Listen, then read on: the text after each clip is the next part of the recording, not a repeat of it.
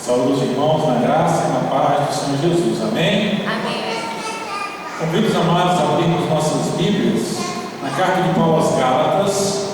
Gálatas, no capítulo 6, nós vamos ler do versículo 11 ao versículo 18. Gálatas 6, de 11 a 18.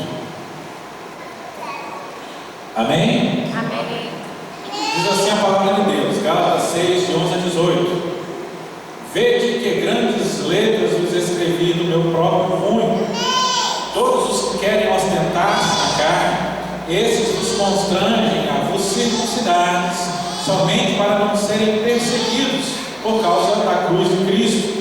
Pois nem mesmo aqueles que se deixam circuncidar guardam a lei. Antes querem que vos circuncideis para se gloriarem na vossa carne. Mas longe esteja de mim o gloriar-me, senão na cruz de nosso Senhor Jesus Cristo, pela qual o mundo está crucificado para mim e eu para o mundo.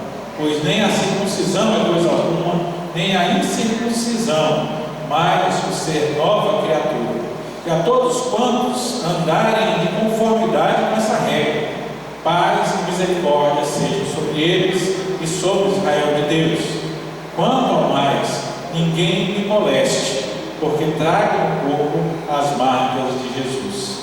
A graça de nosso Senhor Jesus Cristo seja, irmãos, com o vosso espírito. Amém. Amém. Vamos orar, feche seus olhos comigo. Senhor Deus e Pai, nós te agradecemos, Senhor, por estarmos aqui reunidos em teu nome, meu Pai. Nós te agradecemos, Senhor, porque a tua palavra está diante de nós e foi lida, Pai. E pedimos, Senhor, que o Senhor nos ilumine para que possamos compreender a tua palavra. Nós pedimos, Pai, que o Senhor esteja nos dando entendimento e sabedoria e que fale aos nossos corações segundo o teu querer nesta noite. Em nome de Jesus Cristo, o Filho amado, que nós lhe pedimos e agradecemos. Amém. Nós chegamos aqui ao final da carta de Paulo aos Gálatas, é o último trecho da carta. E nós vimos falando nas nossas últimas mensagens a respeito de como ali nos últimos capítulos Paulo ele vem trazendo algumas questões práticas, mas quando chegamos aqui a partir do versículo 11 do capítulo 6, nós percebemos que ele volta à sua primeira fala, ele volta para meio que arrematar, para dar um fechamento em tudo aquilo, e ele volta a se lembrar do dilema principal da carta, que eram aqueles que ficavam obrigando, exigindo dos crentes que eles se circuncidassem. Então, vale a pena lembrar o seu significado aqui, para que nós possamos ver aqui três classes de pessoas que são apresentadas por Paulo aqui nesse texto em suas atitudes. A circuncisão era uma prática judaica muito comum. Quando nós que adotamos a doutrina reformada, olhamos para o Antigo Testamento, nós vemos a circuncisão como aquilo que nós substituímos pelo batismo. Os discípulos assim fizeram, por ordem de nosso Senhor Jesus Cristo, ali já no primeiro momento da igreja, porque ela significava, que para nós significa o batismo hoje, é a marca de entrada no povo de Deus. Hoje, quando nós recebemos a pessoa, ou quando nós batizamos os filhos dos irmãos da igreja, isso é uma marca dada na igreja, um compromisso assumido entre a igreja e o seu povo, que diz que a partir daquele momento, oficialmente, aquela pessoa faz parte do corpo de Cristo, faz parte da igreja visível. Assim, para Israel, a circuncisão era a marca de entrada do povo. Todo israelita, ele recebia a circuncisão, e com a circuncisão, ele poderia se afirmar como membro do povo de Deus. Assim, judeus eram circuncidados. Quando nasciam, ao 8º dia, era feita a circuncisão nas crianças que nasciam no meio do povo da aliança. E aqueles que se convertiam depois, os que eram chamados prosélitos, eles, para fazer parte do povo, se circuncidavam já adultos. Nós temos relatos a respeito disso em todo o Antigo Testamento. Então, alguém podia gostar do costume judaico. Ele podia dizer que acreditava no Deus de Abraão. Agora, para ele dizer que fazia parte do povo, ele tinha que se circuncidar. Agora, por que nosso Senhor Jesus Cristo eles substituem no Novo Testamento a circuncisão pelo batismo, porque as ordenanças do Antigo Testamento, elas tinham derramamento de sangue. Então, quando se fazia a circuncisão, derramava-se sangue, era um sacrifício com derramamento de sangue. Assim como também a Páscoa, que era o outro sacramento do Antigo Testamento, também tinha um derramamento do sangue do Cordeiro. Então, quando Jesus vem e ele morre por nós na cruz, ele faz a troca das ordenanças, porque o sangue já foi derramado e não há necessidade mais de se derramar sangue. Então a circuncisão, ela deixa o seu valor e ela já não mais faz parte do povo de Deus. Ela vai servir lá para os judeus, que só continuam com seus costumes, mas para fazer parte da igreja de Deus, a igreja invisível, o povo de Deus, o Novo Testamento, a entrada do povo é marcada pelo batismo, com a salvação pela graça em Cristo Jesus, a graça que nos cobre, que nos supre. Então essas pessoas, eles chegavam nos cristãos, tanto os judeus quanto os gentios. É claro que os judeus, eles não tinham esse problema, porque todo judeu era circuncidado na infância, já fazia parte da sua vida, mas os gentios não tinham essa prática.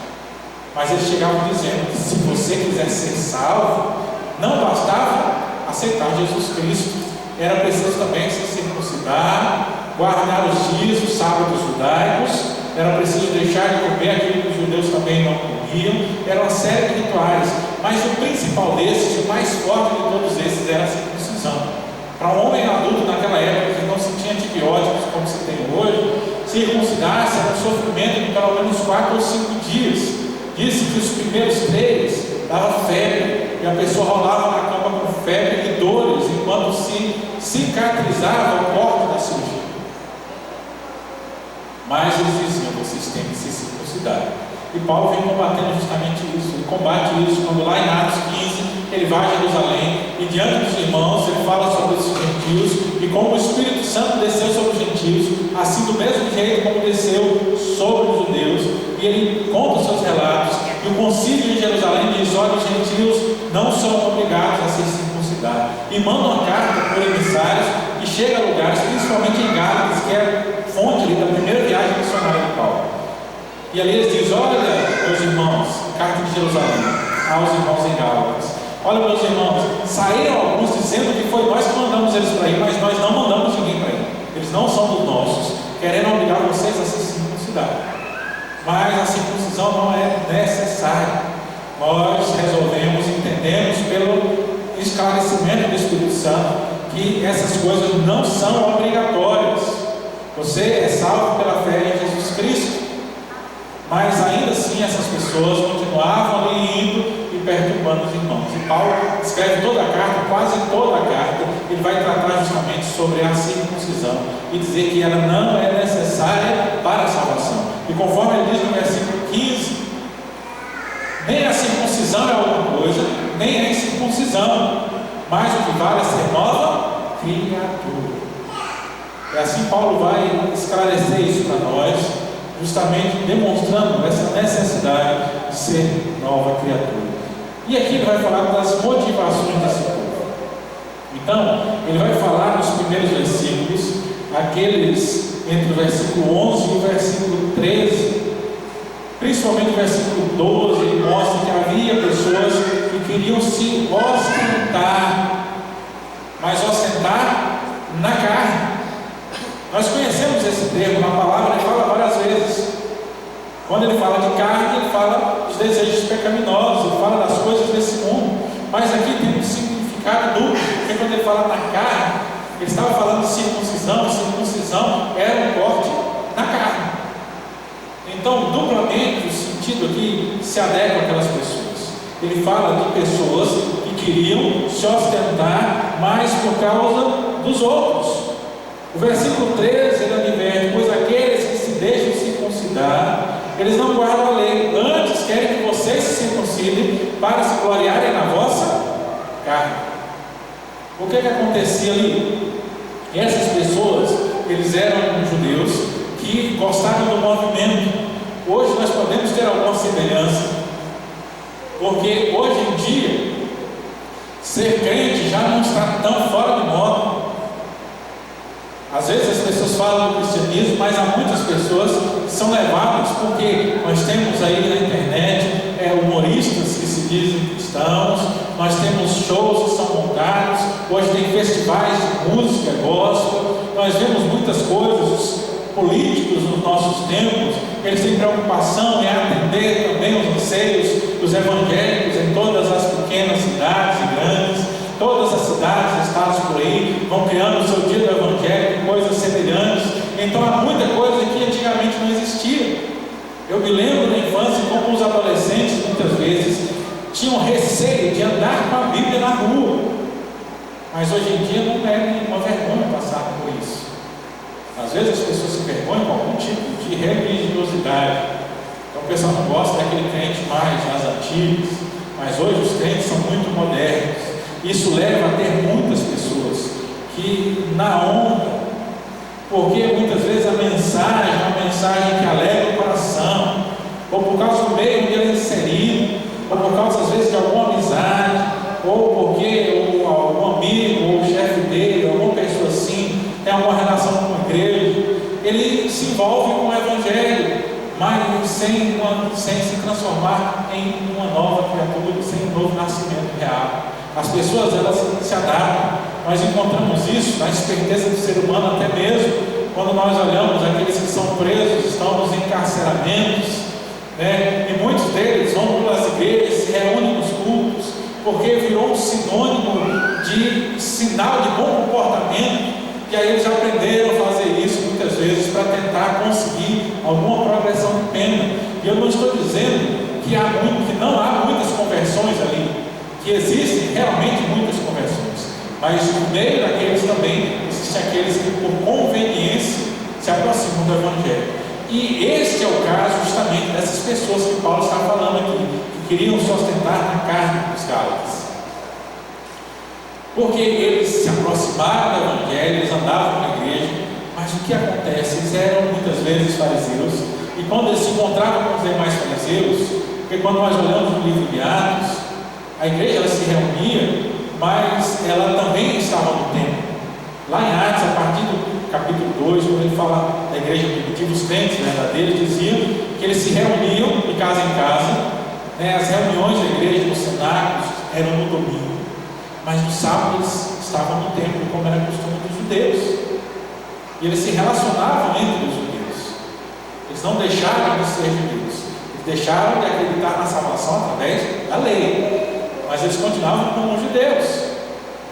Mas esses se convertiam e continuavam se encontrando com os fariseus, mas os fariseus os questionavam e eles tinham vergonha de se apresentar como cristãos. Diziam: não, eu estou lá, mas eu não sou esse negócio todo, eu não sou desse grupo radical, não. E aí, para eles se sentir bem, o que é que eles faziam? Eles começavam a forçar os gentios a se circuncidarem, assim como os fariseus forçavam os gentios a se tornarem prosélitos, se circuncidarem, se tornarem judeus. E aí, quando eles se encontravam com seus amigos fariseus, eles diziam: não, olha, esse último mês eu consegui convencer mais 5 gentios cristãos a se circuncidarem. E aí os fariseus batiam palma: ah, muito bem, você está continuando a doutrina dos fariseus. Era esta a prática desses homens. Então, eles constrangiam os irmãos a se circuncidarem, mas não porque acreditassem, porque a palavra diz que nem eles mesmos guardavam a lei. Era conveniência.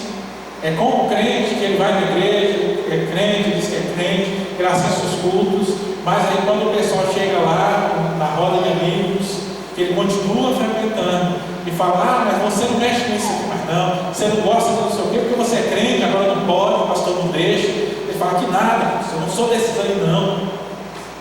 E muitas vezes até conta história, inventa para poder contar vantagem, para poder não se sentir mal diante dos seus amigos.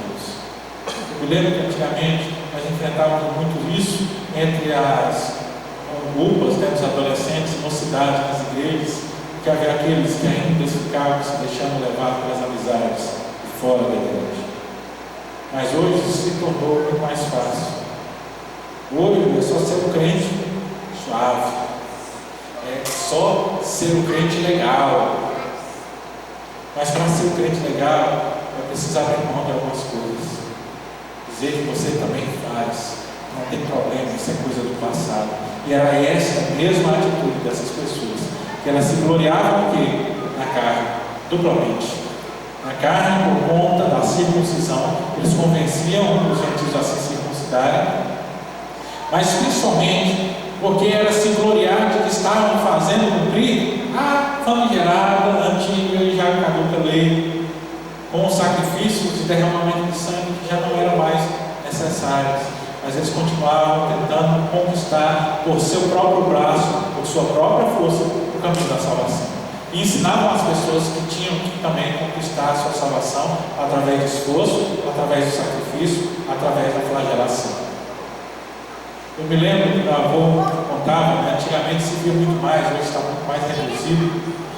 Existiam grupos religiosos que eles se flagelavam, né, eles saíam de algumas comemorações do calendário romano, em que eles saíam com capuz na cabeça, uma tira de couro e uma lâmina de ferro colocada nessa tira, e eles iam fazendo ali as suas rezas e batendo aquela tira nas costas. E meu avô disse que trabalhou uma certa vez com um sujeito, e quando ele tirou a camisa perto dos outros, tinha todas aquelas marcas, aqueles cortes, as costas todas cheias de cicatrizes.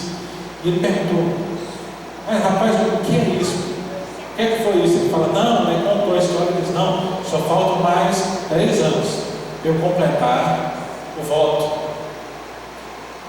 E ele lembra que ele contava esse exemplo nas suas pregações, dizia que era justamente o homem tentando conquistar a salvação, derramando o seu próprio sangue, pelo seu próprio esforço, pelo seu próprio sacrifício. O apóstolo Paulo vai falar de marcas de Cristo no final do texto que nós lemos, mas não são essas marcas, não são esse tipo de sofrimento auto-infligido, né?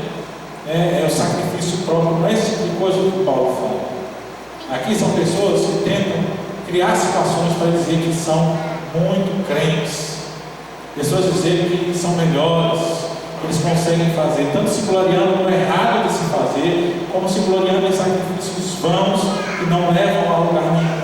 Mas Paulo diz: olha, essas pessoas, elas não têm o devido valor diante de Deus, porque ao invés de crer e aproveitar a presença de Deus, eles tentam se ostentar na sua própria carne. Então, a primeira advertência para nós é justamente: não seja esse tipo de pessoa. Não seja o crente que tenta se gloriar na carne, ou pior ainda, que eu quero falar aqui, não seja aquele que quer se gloriar na carne dos outros, porque infelizmente há pessoas assim no nosso meio. Nós estamos cheios de falsos líderes que oprimem aqueles que estão debaixo da sua autoridade e depois se gloriam: olha, eu tenho uma comunidade, são tantas pessoas que me obedecem em tudo que eu mando fazer. Olha, eu faço isso, eu faço aquilo. A gente vê na televisão muitos dos televangelistas que aparecem aí, né? Nós conhecemos alguns, não cabe nem citar o nome, que ele fala lá: eu estou precisando de alguém que doe 200 pessoas para doar quantia X em dinheiro, para nós conseguirmos fazer isso aqui. E as pessoas vão lá e depois eles se gloriam, o povo atende. Ali é um gloriar na própria carne, mas gloriar principalmente na carne dos outros. E o que Paulo diz: não seja essas pessoas, porque essas pessoas não têm o Evangelho. Paulo está chamando a sua autoridade apostólica. Você lembra aí no versículo 11, ele diz: vede com que grandes letras vos escrevi do meu próprio punho. Aqui há várias interpretações, mas muitas delas já são descartadas por não fazer sentido com as falas de Paulo. Alguns tentam dizer que Paulo está falando aqui da carta toda, mas isso não é o costume. Naquele tempo havia um tipo de secretário que era chamado de amanuense.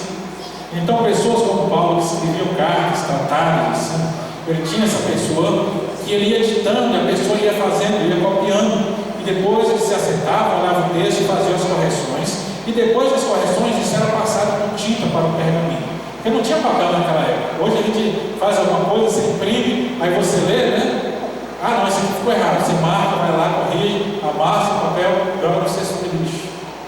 Naquele tempo você tinha duas opções. Você tinha pergaminhos que eram feitos de couro de ovelha, um trabalho muito minucioso, caríssimo, coisa muito cara mesmo, mas eram muito duradouros. Alguns dizem que as cartas no primeiro momento do Novo Testamento, elas foram escritas sempre em pergaminhos, porque foram os que duraram para poder se chegar.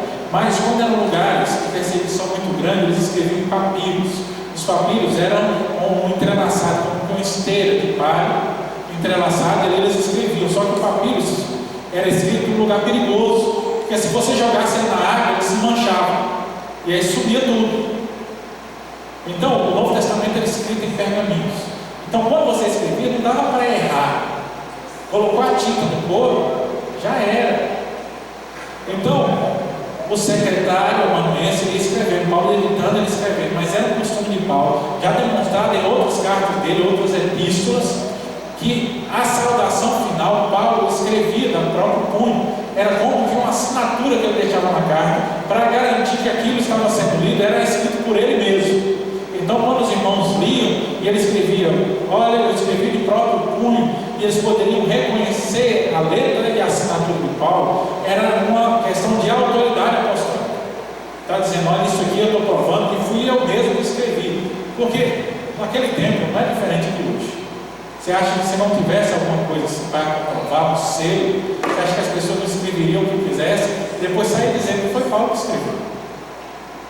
Até hoje, de vez em quando, me defronto algumas pessoas que vêm falar de escritos, e aí lembram daquelas histórias dos evangelhos, tá? De vez em quando aparece Evangelho de Tomé, Evangelho de Enoque, Evangelho de não sei o quê. Eles começam a dizer que acabou o cristianismo, tem as provas agora, e aí a pessoa fala, não, mas tem esse, eu falo, não, mas não vale nada.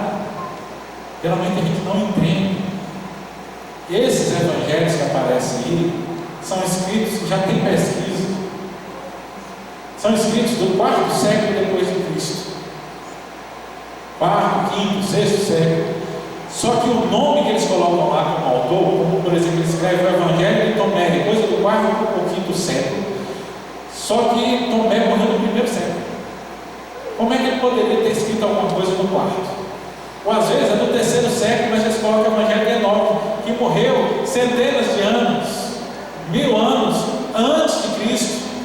Como é que ele conseguiria escrever o Evangelho? Está em grego no 3º século depois de Cristo. É algo impossível. Então já é comprovado que inventaram a história e depois colocaram o nome lá. E do mesmo jeito que no tempo de Paulo já tinha gente que queria inventar cartas, tentando dizer coisa para a igreja e dizia que era Paulo. Mas aí o que Paulo fazia? Ele escrevia com o seu próprio punho. Mas mais ainda, quando eles veem com que grandes letras você escreve, é consenso em com alguns estudiosos, que aqui ele faz questão de lembrar porque Paulo, quando passou em Gálatas, ele parou lá por causa da doença. Ele diz no começo da carta, se vocês pudessem, vocês tinham arrancado os próprios olhos para mim. Então Paulo tinha problema de vista. E quando ele fala, veja com que grandes letras você escreve, porque ele escrevia com as letras maiores, talvez a letra de forma, que é a letra maiúscula grega, mas por conta da sua visão, para eles saberem que era ele mesmo. Ele disse, olha, está vendo a letra aqui? Isso é Paulo mesmo. Ele escreve assim mesmo por causa da visão dele. São sinais para garantir a autoridade, porque ele tinha que garantir na sua autoridade, dizendo, não sejam como esses homens. E assim nós olhamos a palavra, até o versículo 13, que nós precisamos aprender a não tentar ostentar na nossa humanidade. Não é motivo de ostentação a gente dizer que consegue convencer as pessoas. Não é motivo de ostentação, como alguns fazem, dizer que nós somos abençoados e que nós estamos progredindo, né? Prosperidade financeira. Não é garantia de que nós estamos na presença de Deus. Isso é algo que já foi combatido com os judeus lá nos primeiros séculos. Nós dizemos que as coisas estão andando, não está dando problema, é porque Deus está nos abençoando, como alguns falsos pastores têm dito por aí. Então, muitas vezes nós temos vivido uma vida que se distancia do Evangelho, mas nós usamos desculpas carnais para tentar dizer que não há problema nenhum. Mas há problema que a palavra está dizendo, não seja como esses homens.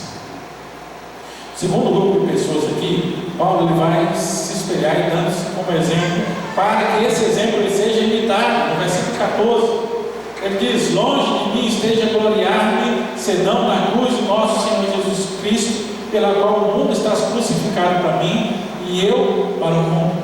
Porque nem a circuncisão é coisa alguma, nem a incircuncisão, mas o ser nova criatura. Então, Paulo diz, olha, Longe de mim esteja gloriado, senão na cruz do nosso Senhor Jesus Cristo. Paulo vai dizer, como nós devemos viver? O motivo do nosso orgulho deve ser o Senhor. Então, aquela história que muitas vezes as pessoas falam e dizem, Deus lhe abençoou, sabe aqueles jargões, você é cabeça e não calo, porque você é a menina dos olhos de Deus, todas essas coisas deixe de lado. O gloriar é dizer, eu sou miserável, pecador, mas eu sou salvo porque Deus é crente. É gloriar-se no Senhor. Mas Paulo faz questão de enfatizar o que é aqui? A cruz de Cristo. Por quê? Porque a cruz era vergonha. Ele está falando que nós precisamos nos agarrar ao Evangelho, e aquilo que realmente representa o Evangelho, mesmo que para as pessoas do mundo isso não seja motivo de orgulho. Porque hoje nós temos muitos cristãos que eles não estão se apegando às coisas do Evangelho. Para viver uma vida tranquila, o que é que eles fazem? Eles se afastam daquilo que é vergonhoso do Evangelho. E muitas vezes nós temos ido nessa onda, se nós não vigiarmos, nós vamos ser levados para esse tipo de coisa. Mas Paulo diz, eu vou me gloriar na cruz de Cristo. Então é quando creio que nós afirmamos aquilo que nós temos, mesmo se as pessoas não gostam disso. Eu não tenho que fazer como muitas vezes alguns cristãos são chamados a programas de televisão, ou seja, nas redes sociais, em podcasts, e geralmente eles gostam de colocar líderes religiosos contra a parede, perguntando sobre situações que claramente a Bíblia condena, mas tentando ver se ele vai afirmar que é pecado mesmo, que Deus não gosta, para poder tentar crucificá-lo, tentar dizer que os cristãos são ranzinhos, não amam ninguém, ou então para que ele possa fazer um meia-boca, um meio-pano, passar pano no negócio para poder tentar dizer, não, esse aqui é um pastor de verdade. E aí você vê como é o crime que o mundo tenta fazer, mas muitas vezes muitos se acovardam diante da situação e vão tentar sair para não ofender ninguém. Nas palavras de Spurgeon, as pessoas vivem ofendendo a Deus. Deixe que eles se ofendam com sua palavra toda. Quando Paulo fala aqui no versículo 14, ele diz, na cruz eu morri para o mundo e o mundo morreu para mim. Então, gloriar em quê? O mundo está crucificado para mim, ele disse em primeiro lugar. Quer dizer que nós olhamos para o mundo e o mundo já não mais existe. O mundo crucificado para mim é o gloriar-se que já não tem mais nada que olhe lá e que chame a minha atenção. Então, já é uma responsabilidade de fora. Então, quer dizer, eu não olho mais para essas coisas. Essas coisas não fazem mais parte dos meus desejos. Mas, em contrapartida, ele continua dizendo, e eu para o mundo. Ele vai dizer que não só ele considera como se o mundo ele não existisse mais, mas ele quer dizer que ele para o mundo já não existe mais também. Então ele não está interessado em que as pessoas o vejam ou percebam. E aí ele traz como exemplo para nós cristãos que a gente não precisa ficar preocupado, a gente não deve gastar a nossa preocupação, esquentar, como diz o nordestino, esquentar a nossa poeira, o nosso pensamento, o que vão achar da gente. Se eu estou morto no mundo, o que é que me interessa do que acha? Eles vão olhar e vão dizer, está morto. Tem um filme que é muito interessante, né? O título é A Espera de um Milagre. Acho que alguém já deve ter visto esse filme. É a história são guardas que estão no corredor da morte. E aí, aquele tempo de segregação nos Estados Unidos, e aí chega um prisioneiro, que é um homem negro muito grande. E ele, segundo o filme, ele tinha um dom, ele conseguia curar as pessoas. Só que ele acabou no meio de uma situação que ele foi acusado do assassinato de 2 crianças e foi parar no corredor da morte.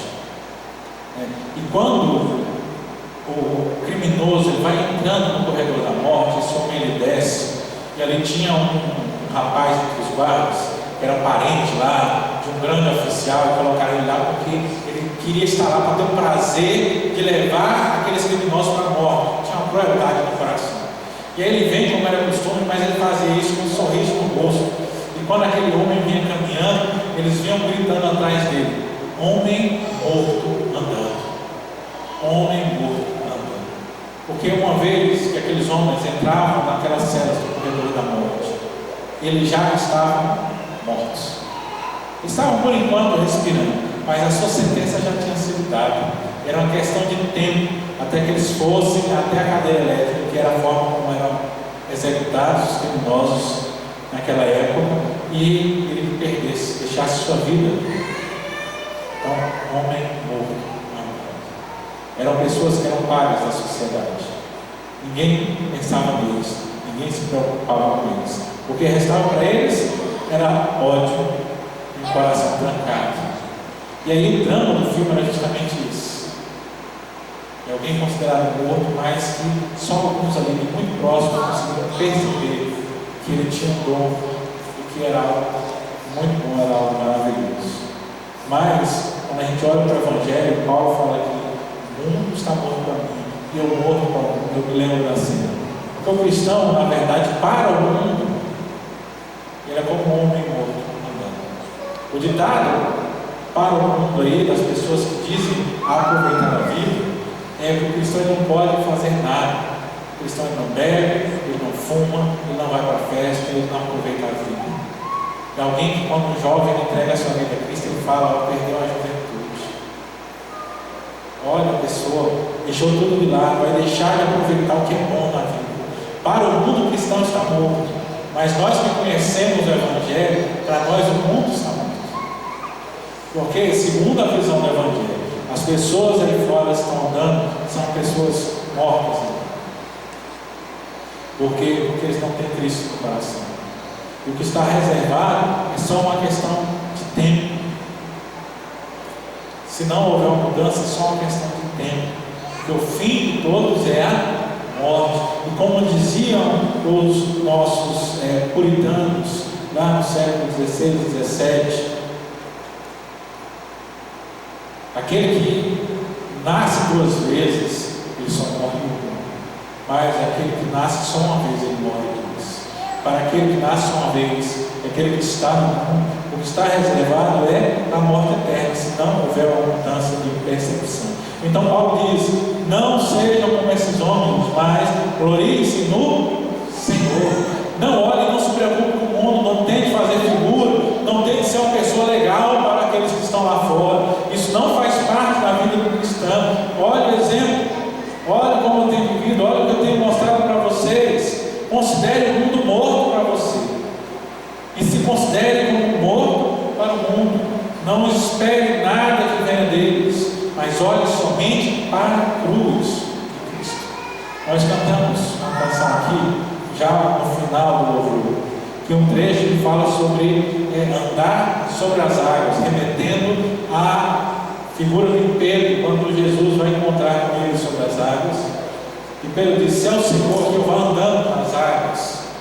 E Pedro, ele sai do barco e ele anda sobre as águas. Só que o texto, ele com clareza nos diz que quando ele olha para o lado, ele percebe as ondas, ele desvia o seu olhar do mestre, e ao desviar e prestar atenção nas ondas e no barulho, ele começa a afundar.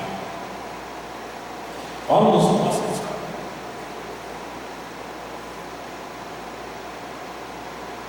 Paulo nos mostra justamente que esses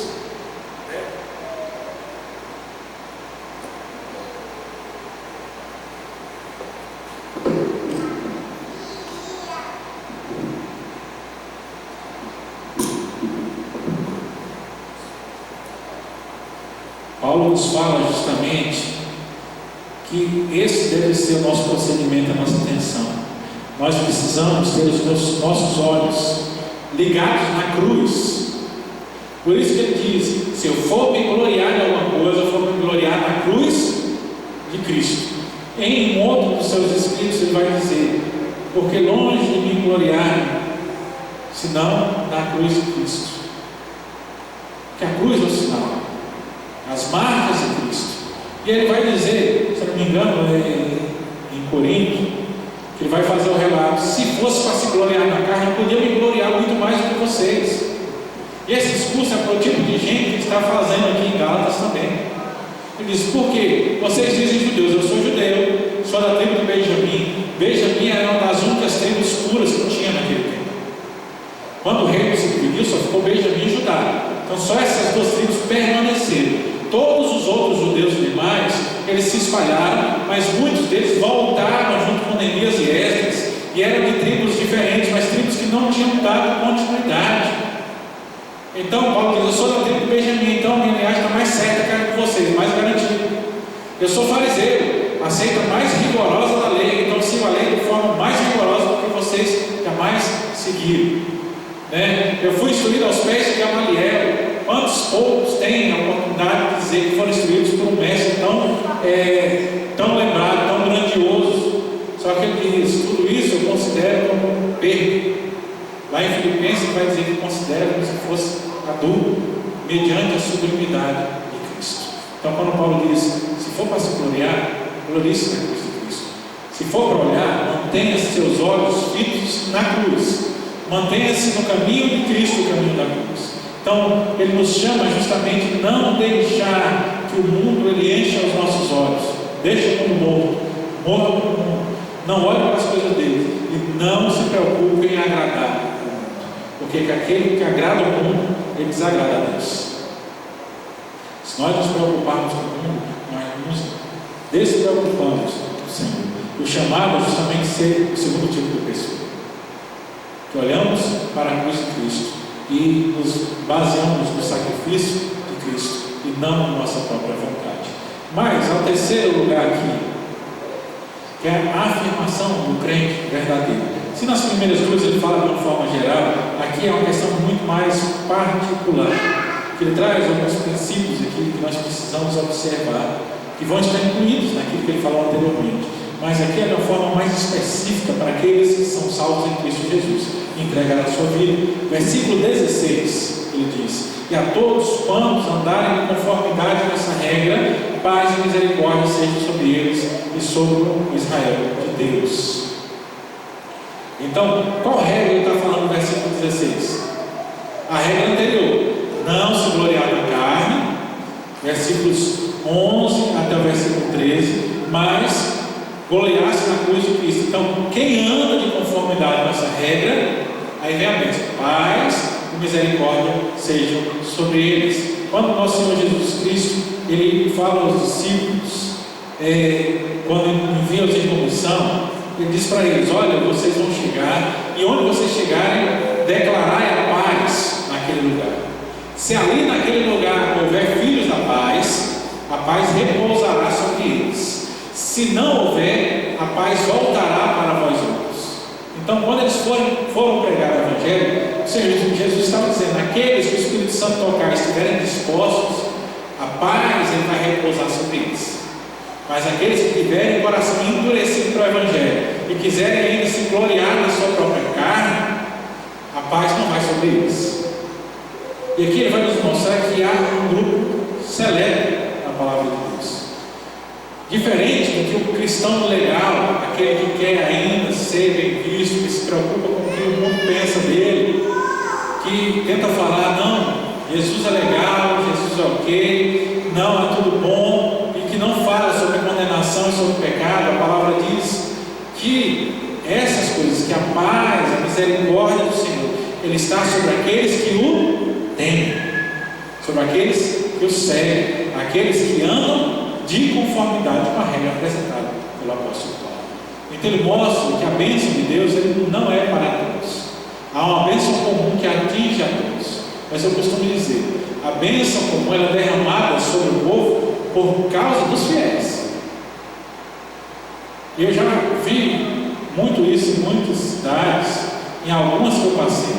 Porque se a igreja ela foi fiel, se os cristãos eles não cumprirem o seu papel, a sua terra também ela deixa de ser abençoada.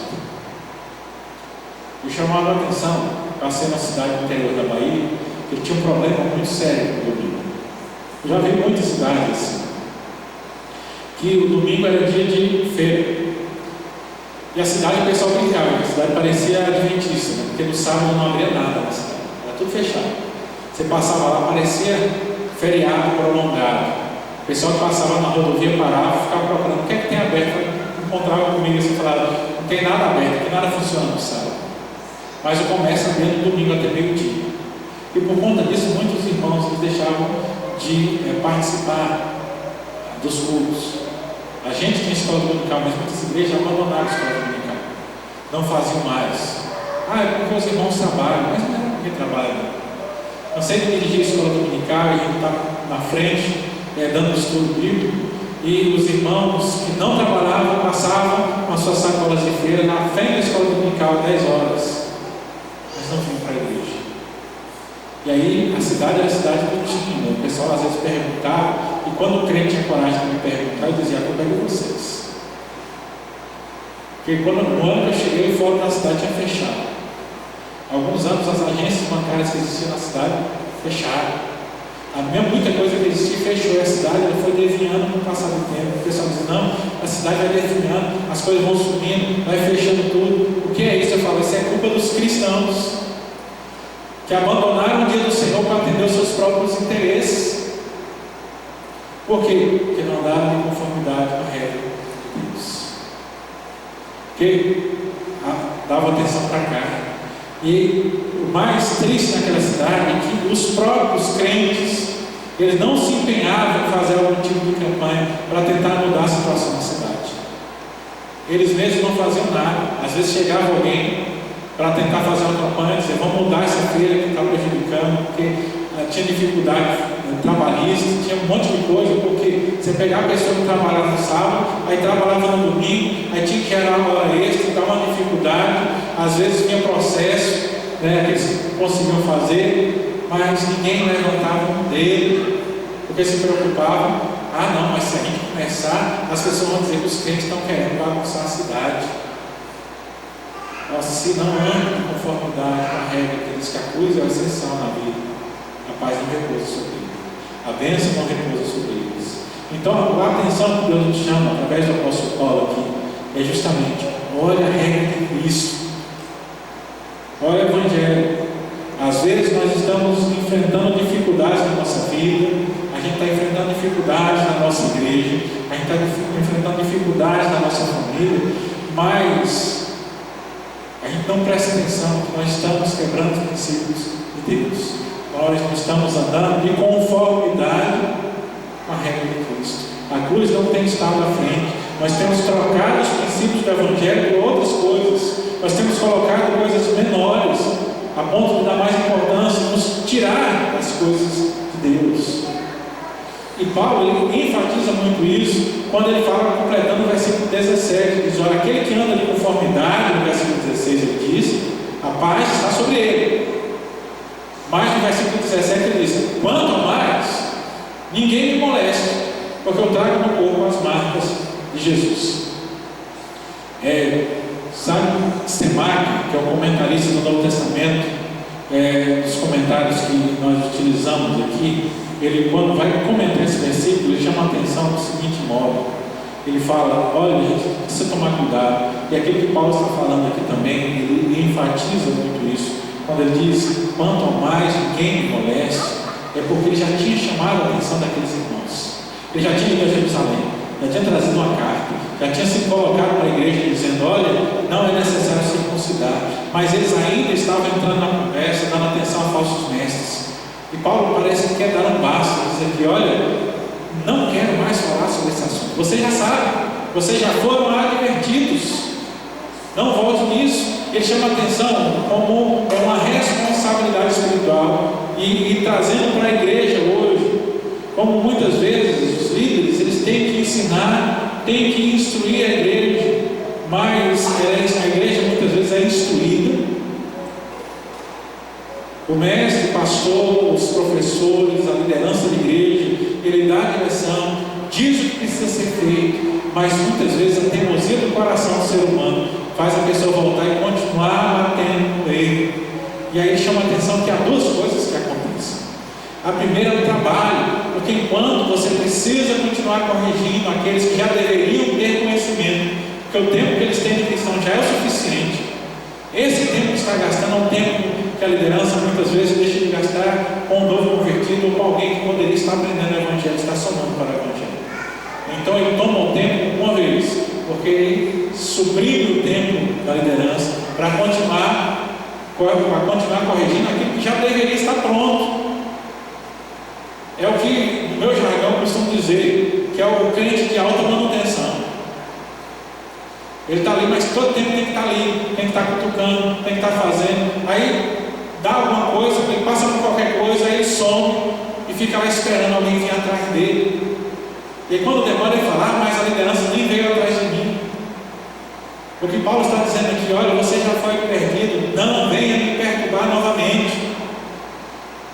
E o apóstolo Paulo tinha, a gente ainda procura muitas vezes para não correr o risco de estarmos nós mesmos como liderança em pecado, ou estar negligenciando a palavra de Deus. Mas a palavra é clara quando ela diz: o homem briguento, é que eu esqueci o outro termo que está lá no texto, o homem briguento que vive procurando confusão, mas não é a primeira, segunda e terceira vez. A terceira vez em diante, abandona, deixa de lado. Então ele vai sugar não só o tempo, mas vai sugar também a capacidade. Quando nós olhamos a pesquisa, quantos ministros, quantos pastores, eles têm sofrido problemas de saúde por conta do estresse que passa no ministério. O pessoal acha que a vida do pastor é tranquilo. E aí já dá uma dica, que eu sei que algumas pessoas é porque não têm conhecimento disso. Mas eu costumo dizer que eu falo primeiro, para depois puxar o orelha. Sabe qual é uma das coisas que mais ofende o pastor quando você fala com ele? É uma mania que tem implantado na mente das pessoas. A pessoa às vezes chega na casa do pastor e bate na porta, aí ele sai, e às vezes é no meio da tarde. A pessoa fala assim: ué, pastor, estava dormindo? Dos pastores que eu conheço, eu desconheço aqueles que dormem muito tempo assim.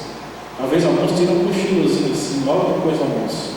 Mas você chegar às 3 horas da tarde e achar que está dormindo, ou como já aconteceu comigo algumas vezes, já relatos com muitos outros irmãos, em algumas cidades que foram pastorear, e sempre havia uma pessoa, geralmente alguma liderança, que batia na porta da casa do pastor 6 horas da manhã, só para ver se o pastor estava acordado. Quando Paulo fala, ninguém me molesta, está falando de gente que por conta de coisas como essas, muitas vezes, ele vai dar um desgaste emocional naqueles que instruem a igreja. E aí Paulo diz, olha, você tem que andar em conformidade com o princípio de Cristo. Quanto mais, ninguém me molesta, porque eu trago no corpo as marcas de Cristo. O que são as marcas de Cristo? No latim antigo, a igreja usou muito tempo nos primeiros séculos a palavra chamada estigmata. Se eu me lembro bem, na década de 80 tinha um filme sobre isso, geralmente usado pelo clero, quando falava de alguém, e de repente a pessoa apresentava marcas. Só que as marcas eram consideradas no lugar onde Cristo foi crucificado, né? Então relatos de pessoas assim que apresentavam sangramentos na testa, nas palmas das mãos e sobre os pés, dizendo que era uma representação, a pessoa entrava no sofrimento espiritual e aparecia a marca física de Cristo. Muitas vezes essas marcas foram estudadas e mostradas como uma autoflagelação. As pessoas faziam isso para poder chamar a atenção, especialmente em lugares muito religiosos. Então, quando Paulo fala, traga as marcas de Cristo, muitos levaram para esse lado que era como se fossem as marcas da crucificação de Cristo. Só que não é isso que Paulo está falando.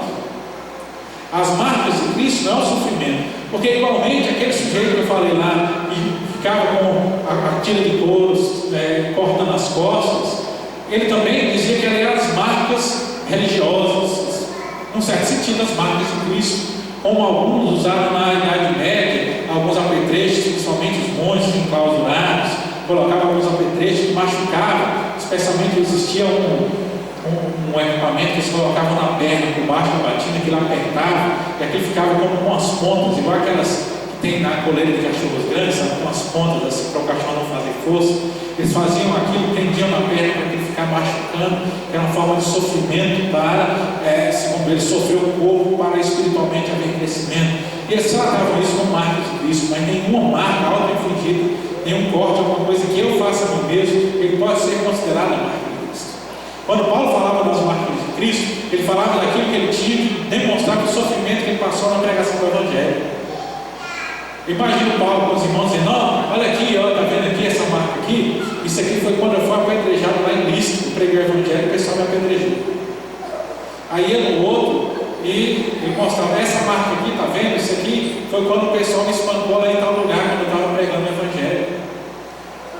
Não, esse aqui foi quando, está vendo essa marca aqui? Isso aqui foi quando eu fui preso com Silas, lá em Filipos, acorrentado os pés e as mãos, e a gente estava cantando. E o terremoto derrubou. Então ele começava a mostrar as cicatrizes dos sofrimentos que ele teve enquanto estava pregando o Evangelho. Assim, todo cristão, quando ele fala que eu trago no corpo as marcas de Cristo, cada um de nós traz também as marcas do Evangelho em nós. Se a gente está sendo crente verdadeiro, a gente tem as marcas do sofrimento do Evangelho em nós. Que elas podem ser físicas ou podem ser comportamentais ou até mesmo espirituais. Existem aqueles que têm as marcas, às vezes marcas boas, pessoas que compartilham e dizem: olha, eu agradeço porque foi naquela vez que você conversou comigo que eu entendi que o Evangelho entreguei a minha vida a Cristo. Olha, eu me lembro, às vezes a gente encontra com pessoas: olha, eu sou na igreja agora, lembra daquela vez que você falava, eu não queria aceitar, mas aquilo ficou no meu coração. Isso é uma marca de Cristo. Às vezes a marca é alguma coisa que a gente está falando, as lembranças de dificuldades que nós passamos para poder ser cristão, a lembrança de coisas e sofrimentos que nos foram infligidos pelos outros, perseguições às vezes, a crítica, às vezes coisas que nos entristeceram, mas ficam guardadas na memória, e no sentido de são marcas de Cristo, são coisas que eram no passado que originou o que o pessoal fala hoje de testemunhos, né? É um lugar que o pessoal gosta, as pessoas na frente, cantar o testemunho. O que era o testemunho? Era falar sobre as marcas de Cristo na sua vida cristã. Infelizmente, até o testemunho hoje, ele tem sido muitas vezes coisas auto-afligidas, o pessoal perdeu a noção, e Paulo traz para nós, no versículo 17, ele diz: eu trago no corpo as marcas de Cristo. Então, para nós como cristãos, se somos amadurecidos, nós também trazemos as marcas de Cristo. E o que Paulo está trazendo para nós é: olha, ande em conformidade com a lei de Deus, e que ninguém mais venha nos perturbar contra isso, porque trazemos no corpo as marcas de Cristo. Ele termina tudo isso no versículo 18, com a bênção à bondade da igreja. A graça do nosso Senhor Jesus Cristo seja, irmãos, com o vosso Espírito. Amém. Essa bênção é muito semelhante ao que acontece em outro escrito de Paulo, com exceção da palavra irmãos, que aparece bem no meio. Lá em Filipenses, Paulo vai dizer: a graça do Senhor Jesus Cristo seja com o vosso Espírito. Aqui tem irmãos e amém, que não está lá em Filipenses. Mas irmãos era necessário aqui em Gálatas, porque depois de ele bater tanto na igreja, ele reclamar tanto na igreja, ele dizia que eles estavam a ponto de abandonar o Evangelho, ele tinha que enfatizar: olha, eu considero vocês como irmãos. Lá em Filipenses ele podia dizer: a carta de Filipenses é uma das cartas mais amorosas que tem no Novo Testamento. Então já foi tanto amor demonstrado na carta, que ele não precisava lembrar os filipenses que eles eram irmãos no final. Mas aos Gálatas, uma palavra de alento, quando ele fala: olha, eu trago no corpo as marcas de Cristo, quem anda em conformidade com as coisas de Deus, a misericórdia e a paz está sobre eles.